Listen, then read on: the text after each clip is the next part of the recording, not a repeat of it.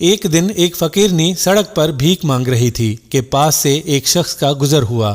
فقیرنی نے آواز لگائی، ارے صاحب، اللہ کے نام پر کچھ دے دو۔ وہ شخص اس کی پکار سنے بغیر اس کے پاس سے گزر گیا، مگر اس کے ہاتھ سے اس کا پرس گر گیا۔ اس کے جانے کے بعد اس فقیرنی کی نظر اس پرس پر پڑی۔ وہ فقیرنی یہ پرس دینے اس کے پیچھے بھاگی، آوازیں لگائیں، ارے صاحب رکو، آپ کا پرس گر گیا ہے۔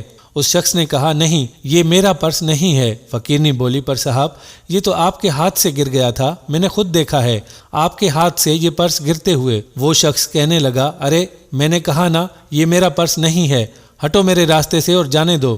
یہ کہہ کر وہ وہاں سے چلا گیا۔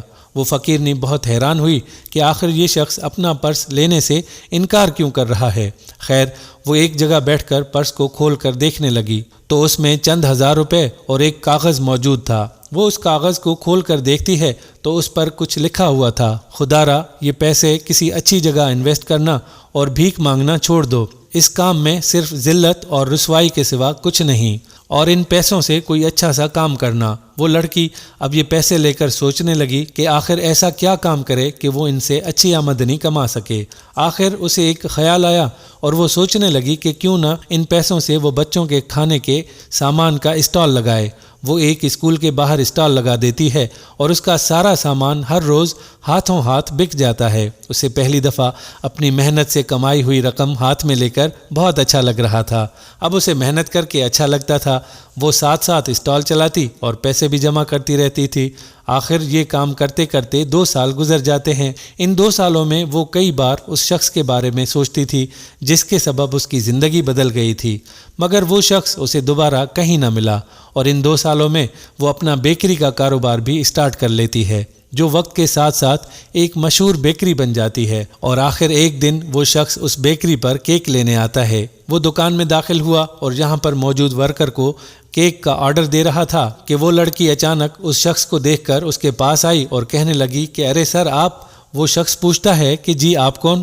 لڑکی نے کہا کہ سر آپ نے مجھے نہیں پہچانا، لیکن میں نے آپ کو پہچان لیا ہے، میں اپنے محسن کو کیسے بھلا سکتی ہوں؟ یاد ہے آپ کو ایک بار آپ نے اپنا پرس گرا دیا تھا اور اس پرس میں لیٹر بھی میرے لیے چھوڑا تھا، آپ کے اس لیٹر نے میری پوری زندگی بدل ڈالی۔ اب میں محنت کر کے کمانے لگی ہوں اور آخر اس محنت نے مجھے اتنا صلا دیا ہے کہ آج یہ میرا کاروبار اتنا چل رہا ہے۔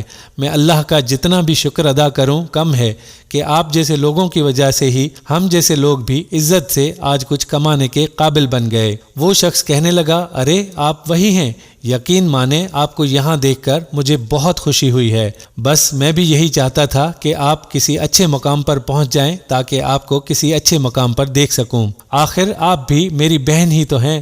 لڑکی بولی، سر آپ نے اس دن کیوں کہا تھا کہ پرس آپ کا نہیں ہے؟ وہ شخص کہنے لگا کہ اصل میں نہیں چاہتا تھا کہ آپ میری احسان مند ہوں اور آپ کو یہ احساس کبھی آگے بڑھنے نہ دے۔ میرے پیارے دوستو، اگر ہم اسی طرح سے دوسرے لوگوں کا احساس کریں تو یقین کیجئے کہ ہمارے معاشرے میں حقیقی تبدیلی آ سکتی ہے۔ اللہ تعالی ہم سب کو ایک دوسرے کی مدد کرنے کی توفیق عطا فرمائے، آمین۔ دوستو، اگر ویڈیو پسند آئی ہو تو اپنے دوستوں کے ساتھ اسے شیئر ضرور کیجیے گا۔